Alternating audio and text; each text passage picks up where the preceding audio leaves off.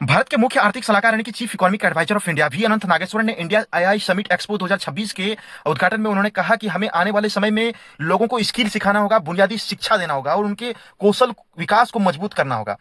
आने वाले समय में एआई इंसान के लिए मददगार साबित हो, ना कि उसके लिए कंपटीटर पैदा हो जाए। ऐसा भविष्य में नहीं होना चाहिए। अगर ऐसा होता है तो आने वाले समय में भारत के लिए आर्थिक संकट पैदा कर सकता है और भारत के लिए एक बहुत बड़ा चुनौती बन सकता है। भारत देश जनसंख्या के मामले में दूसरा सबसे बड़ा देश है। ऐसे में आर्टिफिशियल इंटेलिजेंस अगर यहाँ पे प्रभावी होता है और इंसान के लिए मददगार साबित होता है तो भारत एक ऐसा पहला बड़ा समाज या पहला बड़ा देश बनेगा जिसमें एआई अपना एक महत्वपूर्ण छाप छोड़ देगा या फिर एक महत्वपूर्ण योगदान देगा। वहीं अगर एआई इंसानों के लिए कंपटीटर बन जाए यानी कि प्रतिस्पर्धा बन जाए तो फिर इंसानों को बर्बाद करने में भी एआई कोई कसर नहीं छोड़ेगा। इसलिए भी अनंत नागेश्वरन ने कहा कि एआई का इस्तेमाल हमें इस तरह से सुनिश्चित करना होगा कि यह लोगों के लिए मददगार साबित हो और यह अपने आप नहीं होगा। इसके लिए हमें हर साल रोजगार सृजन करना होगा, उत्पादन क्षमता को बढ़ाना होगा, हर साल लाखों उत्पादक सृजन करना होगा।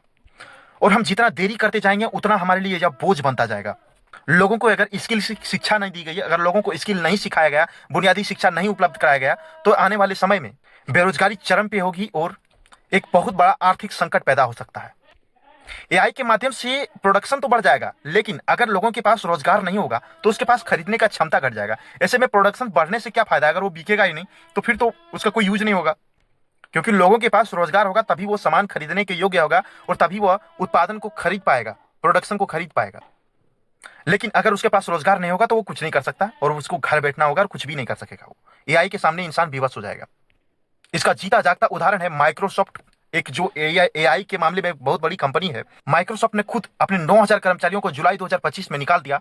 भारत में सॉफ्टवेयर क्षेत्र की सबसे बड़ी कंपनी टाटा कंसल्टेंसी ने पिछले साल अपने 12,000 कर्मचारियों को निकालने की घोषणा किया। नागेश्वरन ने 2023-24 में आर्थिक सर्वेक्षण का हवाला देते हुए कहा कि हमें हर साल 8 मिलियन जॉब क्रिएट करना होगा और अगर हम ऐसा नहीं कर पाएंगे तो फिर आने वाले समय में एक बहुत बड़ा आर्थिक संकट पैदा हो जाएगा जिससे भारत को कोई नहीं बचा सकता। तो सबसे पहले हमें जरूरत है लोगों को स्किल सिखाने का, एजुकेशन जो उसका बुनियादी शिक्षा है उसको मजबूत करने का, और इसके बाद एआई का इस तरह से इस्तेमाल करने का कि जो यह एआई जो है लोगों के लिए मददगार साबित हो, ना कि उसके लिए कंपटीटर बन जाए। अगर कंपटीटर बनता है तो आने वाले समय में भारत बेरोजगारी के मामले में सबसे बड़ा देश बन जाएगा। तो इसलिए यह चिंता जो भी अनंत नागेश्वरन ने जाहिर की है लाजमी है और इस पे काम करने की आवश्यकता है। भारत सरकार इस पे क्या कदम उठाती है आने वाले समय में देखा जाएगा। हालांकि कदम भारत सरकार को इसमें उठाना ही पड़ेगा कुछ ना कुछ। बाकी आप लोगों का कुछ राय है, कुछ विचार है, कुछ सुझाव है तो कमेंट सेक्शन में जरूर साझा करें। बहुत बहुत